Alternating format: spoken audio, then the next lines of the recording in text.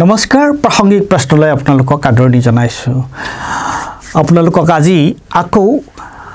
নিৰ্বাচনী বণ্ডৰ বিষয়ে আমি আলোচনা কৰিবলৈ ওলাইছো আপোনালোক সকলোৱে জানে যে নিৰ্বাচনী বণ্ড উচ্চতম ন্যায়ালয়ে ফেব্ৰুৱাৰী মাহত 15 ফেব্ৰুৱাৰীৰ দিনা উচ্চতম ন্যায়ালয়ে নিৰ্বাচনী বণ্ড অসাংবিধানিক আৰু আৰ্বিট্ৰেৰী যথেচ্ছাৰী বুলি তাক নিৰ্বাচনী বণ্ড গোটেই যিখন আঁচনি সেই আঁচনিখন বাতিল কৰিছিল আৰু তাৰ পিছত মাৰ্চ মাহত এই নিৰ্বাচনী বণ্ডৰ যোগেদি কোনে নিৰ্বাচনী বণ্ড কিনিছিল কোনে কিমান নিৰ্বাচনী বণ্ড কিনিছিল কোন ব্যৱসায়িক প্ৰতিষ্ঠানে কোন কোম্পানীয়ে কিমান নিৰ্বাচনী বণ্ড কিনিছিল আৰু এই নিৰ্বাচনী বণ্ডৰ দ্বাৰা কোনবোৰ ৰাজনৈতিক দল উপকৃত হৈছিল এই বিতং তথ্যপাতি এতিয়া ৰাইজৰ সন্মুখত ওলাইছে আহি পৰিছে উচ্চতম ন্যায়ালয়ৰ নিৰ্দেশ পালন কৰি প্ৰথমতে যদিও ষ্টেট বেংক অফ ইণ্ডিয়াই উচ্চতম ন্যায়ালয়ৰ নিৰ্দেশ মানিব বিচৰা নাছিল তেওঁলোকে আৰু দিন বিচাৰিছিলে তেওঁলোকে অধিক সময় বিচাৰিছিল কিন্তু উচ্চতম ন্যায়ালয়ে তেওঁলোকক বাধ্য কৰালে আৰু মাৰ্চ মাহৰ মাজভাগত আমি সকলোৱে গম পালো যে কোনে কিমান নিৰ্বাচনী বণ্ড কিনিছিল আৰু সেই নিৰ্বাচনী বণ্ডৰ দ্বাৰা তেওঁলোকে কোনটো ৰাজনৈতিক দলক কিমান চান্দা দিছিল আৰু এটো এটা অতি স্পষ্ট হৈ ওলাই আহিছে যে সাহকীয় ভাৰতীয় জনতা পাৰ্টিয়ে আটাইতকৈ বেছি চান্দা এই নিৰ্বাচনী বণ্ডৰ যোগেদি পাইছিল এতিয়া তাৰ পিছত এটা কথা খুব শুনা গৈছে আলোচনা হৈছে সেইটো হৈছে কি সেইটো এটা লেটিন শব্দ এই লেটিন শব্দটোৰ অৰ্থটো কি সেইটো হৈছে quid pro quo quid pro quo এই লেটিন শব্দটোৰ অৰ্থটো হ'ল কিবা এটাৰ বিনিময়ত কিবা এটা দিয়া এতিয়া সকলোৱে কৈছে যে নিৰ্বাচনী বণ্ড সম্পৰ্কত যিটো আলোচনা হৈছে বা নিৰ্বাচনী বণ্ড সম্পৰ্কত যিমানবোৰ বিতৰ্ক হৈছে সেই বিতৰ্কত চাৰিটা কথা তাত ওলাইছে কি চাৰিটা কথা ওলাইছে এক নম্বৰ চান্দা দিয়ক ঠিকা লওক চান্দা তোমালোকে চান্দা দিয়া দি তোমালোকক আমি ঠিকা দিম সেইটো এক নম্বৰ দুই নম্বৰ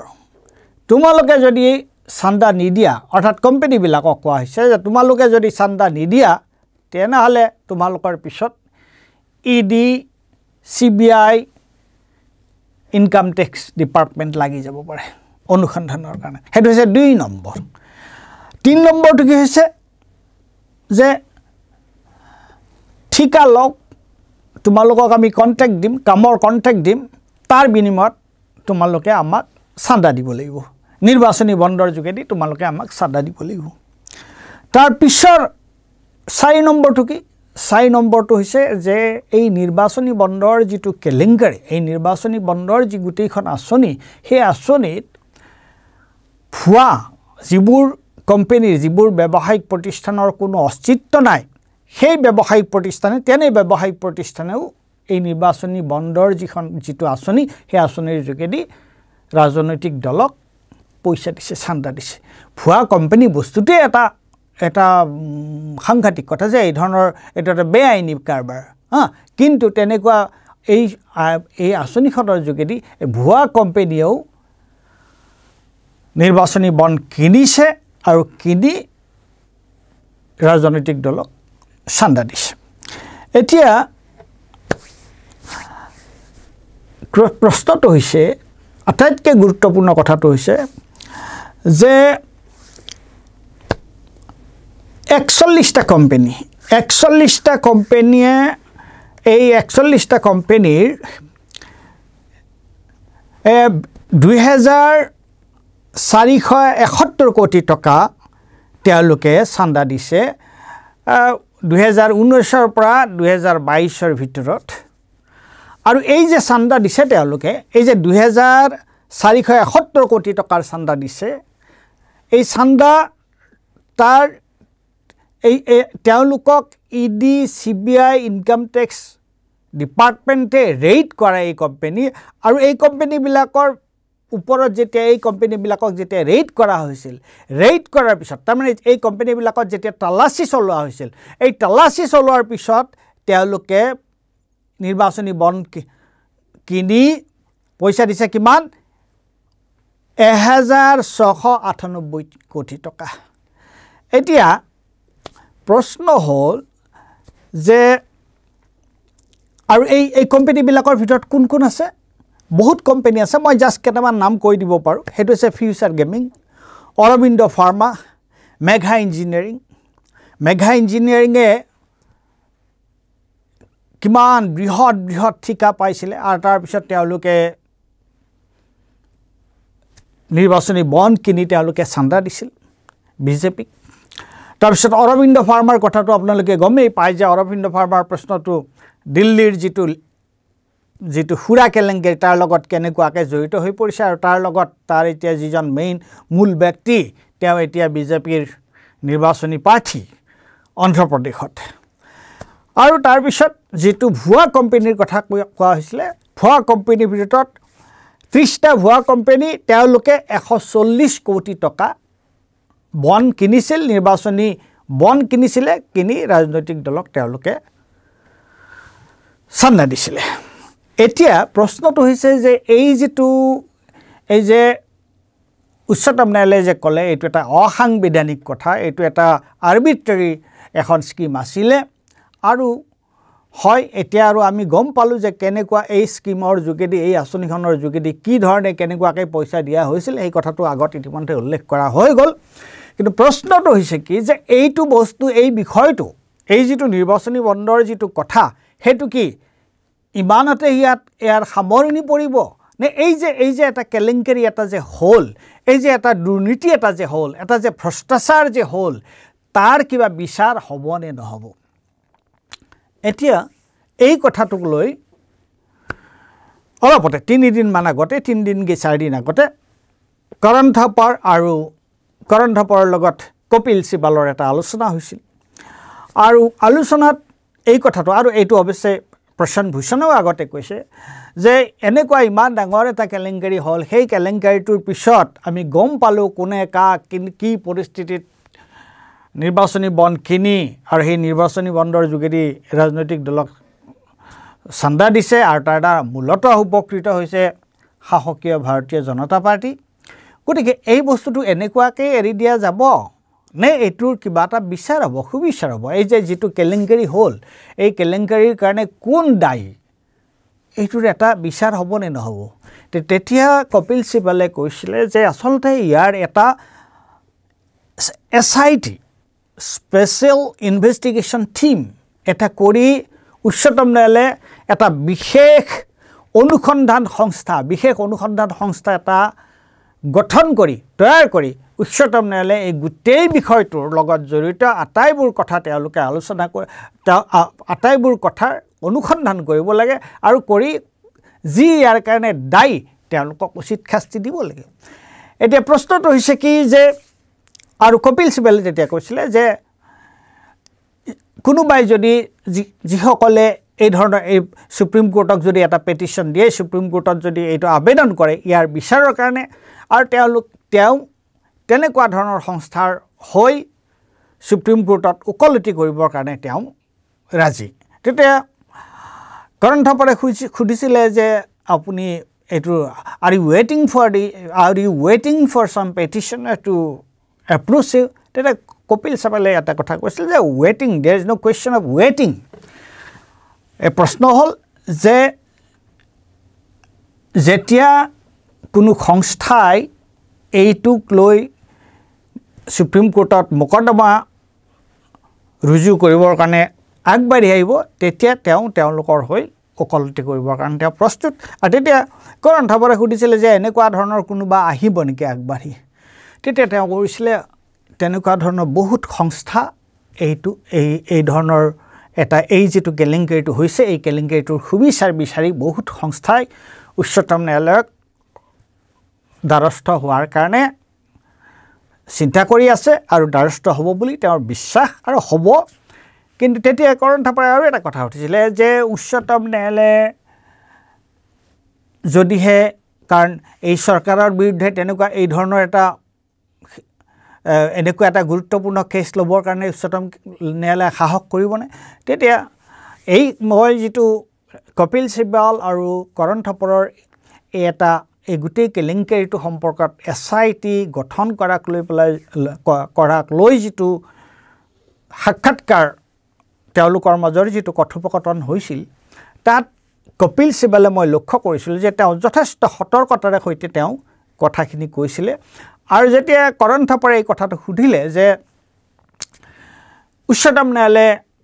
এই চৰকাৰৰ বিৰুদ্ধে এনেকুৱা ধৰণৰ এটা কেছ ল'বৰ কাৰণে আগবাঢ়িব নেকি তেতিয়া কপিল সিব্বালে খুব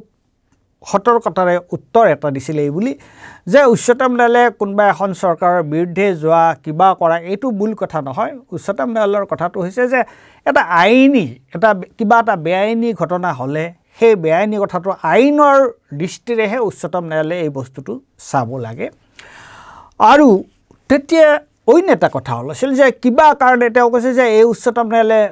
তেনেকুৱা ধৰণৰ এটা গোচৰ উচ্চতম ন্যায়ালয়ৰ ওচৰত যদি কোনোবাই যদি পেটিশ্যন দিয়ে আবেদন কৰে উচ্চতম ন্যায়ালয়ে সেই আবেদন মঞ্জুৰ কৰিবনে বা উচ্চতম ন্যায়ালয়ে এই কেছটো ফাৰ্ডাৰ ইনভেষ্টিগেশ্যন কৰাৰ কাৰণে এই গোটেই কথাটো এই মোকৰ্দমাটো তেওঁলোকে ল'বনে যে ইয়াৰ লগত জড়িত কোন ব্যক্তি আছে এই গোটেই কেলেংকাৰীটোৰ বিভিন্ন দিশ আলোচনা কৰাৰ কাৰণে তেতিয়া কপিল সিব্বালে কৈছিলে যে নিৰ্বাচনী বণ্ডৰ যিটো বিষয় নিৰ্বাচনী বণ্ডৰ বিষয়টোত উচ্চতম ন্যায়ালয়ে ভাৰতৰ বৰ্তমানৰ উচ্চতম ন্যায়ালয়ে এনেকুৱা এটা সাহসী পদক্ষেপ লৈছে গতিকে তাৰ পিছৰ তাৰ যিটো লজিকেল যিটো ষ্টেপ তাৰ পিছৰ যে এইটো যদি এটা অসাংবিধানিক এটা প্ৰক্ৰিয়া আছিল অসাংবিধানিক যদি এখন আঁচনি আছিল তেতিয়াহ'লে এই অসাংবিধানিক আৰু আৰ্বিট্ৰেৰী যিটো আঁচনি সেই আঁচনিটোৰ দ্বাৰা যিসকল উপকৃত হৈছে এই আঁচনিটোৰ লগত এই কেলেংকাৰীটোৰ লগত যিবোৰ জড়িত হৈছে তেওঁলোকৰ বিচাৰ হোৱাৰ কাৰণে তেওঁলোকে যদি নিৰ্বাচনী বণ্ডটোক যদি তেওঁলোকে বাতিল কৰাৰ যিটো সাহস দেখুৱাইছে তেতিয়াহ'লে এই বিষয়ে এই যিটো ইয়াৰ লগত জড়িত যিটো কেলেংকাৰী যিটো ভ্ৰষ্টাচাৰ তাৰ বিষয়ে যদি কোনো সংস্থাই কোনো ব্যক্তিয়ে অনুষ্ঠানে যদি উচ্চতম ন্যায়ালয়ৰ দ্বাৰস্থ হয় কপিল সিব্বালৰ মন্তব্য যে উচ্চতম ন্যায়ালয়ে সেইটো গ্ৰহণ কৰিব উচ্চতম ন্যায়ালয়ে না নকৰে কিন্তু তাৰ পিছত আৰু এটা কথা আছে যদি কিবা কাৰণত যদি উচ্চতম ন্যায়ালয়ে এইটো গ্ৰহণ নকৰিলে কি এই যিটো কেলেংকাৰী এই কেলেংকাৰীটোৰ বিচাৰ কেতিয়াও নহ'বই নেকি এইটোৰ প্ৰশ্নটোৰ উত্তৰ তেওঁ কি দিছে তেওঁ কৈছে যে এইটোৰ দ্বাৰা যিটো ডেমেজ এইটোৰ দ্বাৰা যিটো আমাৰ আমাৰ গোটেই ভাৰতবৰ্ষৰ যিটো ৰাজনীতিত যিটো ক্ষতি হ'ল অৰ্থাৎ তাৰ মূল ক্ষতিটো হৈছে কি লেভেল প্লেইং ফিল্ড অৰ্থাৎ একেটা নিয়ম সকলো ৰাজনৈতিক দলৰ লগত প্ৰযোজ্য নোহোৱা এটা অৱস্থা সৃষ্টি হ'ল নোহোৱা মানে কি যে কাৰোবাৰ হাতত যদি ইমান কোটি টকা ধন ইমান টকা পইচা আছে বিজেপিৰ হাতত আৰু বাকীবিলাকৰ হাতত যদি তাৰ 10% নাই তেনেহ'লে তেওঁলোকে নিৰ্বাচন খেলোতে লেভেল প্লেইং ফিল্ডটো আমি ক'ত আছে নাই গতিকে তাৰমানে এই নিৰ্বাচনী বণ্ডৰ যোগেদি এটা আমাৰ যিটো ৰাজনৈতিক যিটো ব্যৱস্থা তাৰ এটা গুৰুতৰ এটা ক্ষতি কৰা হৈছে আৰু কিবা কাৰণত যদি এই উচ্চতম ন্যায়ালয়ে যদি এতিয়া এই বিষয়টো আলোচনাৰ কাৰণে নলয় এই গোচৰটো নলয় তাৰ অনুসন্ধানৰ কাৰণে কৈছে ইয়াৰ পিছতো এইটোৰ সম্ভাৱনা আছে কিয়নো কেতিয়াও কিবা এটা যদি ক্ৰাইম কোনোবাই যদি কিবা এটা অপৰাধ কৰা হয় আইনত এটা কথা আছে যে এ ক্ৰাইম নেভাৰ ডাইজ অৰ্থাৎ এটা অপৰাধ কোনোবাই যদি কৰিছে তাৰ বিচাৰ নোহোৱালৈকে এই অপৰাধটো অপৰাধেই সি সময়ৰ লগত তাৰ কোনো সম্পৰ্ক নাই আৰু তেতিয়া তাৰ আগতে আৰু এটা প্ৰশ্ন উঠিছিলে যে এই যিটো ইনভেষ্টিগেশ্যন যদি উচ্চতম ন্যায়ালয়ে এই কেছটো লয় এই মোকৰ্দমাটো লয় তেনেহ'লে তাৰ অনুসন্ধানৰ কাৰণে কি ব্যৱস্থা কৰা হ'ব এইটো ED CBI দিয়া হ'ব নে কি কৰা হ'ব তেতিয়া প্ৰশ্নটো হৈছে যে এইটো আচলতে CBI লগত জড়িত থাকে এই গোটেই কেলেংকাৰীটোৰ লগত CBI তেওঁলোকৰ নাম উচ্চাৰণ হৈছে তেওঁলোক জড়িত থকা বুলি গতিকে তেওঁলোকক আকৌ এই কথাটো অনুসন্ধান কৰিবলৈ দিয়াটো উচিত কথা নহ'ব তেতিয়া কপিল সিবালে কৈছে কপিল সিবালৰ কথা মই এইকাৰণে কৈছোঁ যে তেওঁ দেশৰ এজন অতি বৰিষ্ঠ অতি জ্যেষ্ঠ এজন ন্যায়বিদ এজন অধিবক্তা গতিকে তেওঁ তেতিয়া এটা কথা কৈছে যে এই যিটো SIT অৰ্থাৎ স্পেচিয়েল ইনভেষ্টিগেশ্যন টিম বিশেষ অনুসন্ধানকাৰী সংস্থা এইটো উচ্চতম ন্যায়ালয়ৰ তত্ত্বাৱধানত এইটো গঠন হ'ব লাগে আৰু উচ্চতম ন্যায়ালয়ে CBI ED বা কাকো দিব নালাগে এইটো অনুসন্ধান কৰিবৰ কাৰণে তেওঁলোকে নিজেই কোন অফিচাৰৰ যোগেদি তেওঁলোকে এইটো অনুসন্ধানটো চলাব সেইটো তেওঁলোকে নিজেই সেই অফিচাৰবোৰ নিৰ্বাচন কৰি উলিয়াব লাগে নিজেই সেই অফিচাৰসকলক নিযুক্তি দিব লাগে আৰু তেওঁলোকৰ তত্ত্বাৱধানত এই কামটো হ'ব লাগে এটা সাৰমৰ্ম কথাটো হ'ল এইটোৱে যে এই যিটো নিৰ্বাচনী বণ্ডৰ যিটো কেলেংকাৰী সেই কেলেংকাৰীটো কোনো নহয় কোনো সংস্থাই এই কেলেংকাৰীটোৰ বিষয়ে এটা অনুসন্ধান বিচাৰি উচ্চতম ন্যায়ালয়ত সন্মুখীন হ'ব উচ্চতম ন্যায়ালয়ৰ দ্বাৰস্থ হ'ব পাৰে আৰু উচ্চতম ন্যায়ালয়ে এটা SIT ঘোষণা কৰিব পাৰে আৰু যদি উচ্চতম ন্যায়ালয়ে নকৰে এতিয়া নকৰো পিছতো কিন্তু ইয়াৰ যিটো সম্ভাৱনা নোহোৱা হৈ নাযায় গতিকে যিসকল এই নিৰ্বাচনী বণ্ডৰ এই যিটো প্ৰক্ৰিয়া এই নিৰ্বাচনী বণ্ডৰ যিটো আঁচনি সেই আঁচনিৰ যিসকল লোক জড়িত হৈ আছিল তেওঁলোকে আজি নহয় কাইলৈ ইয়াৰ কপিল সিবালে কৈছে যে আজি নহয় কাইলৈ ইয়াৰ এটা বিচাৰ সুবিচাৰ হ'ব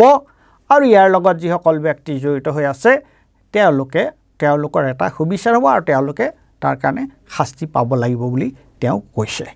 ধন্যবাদ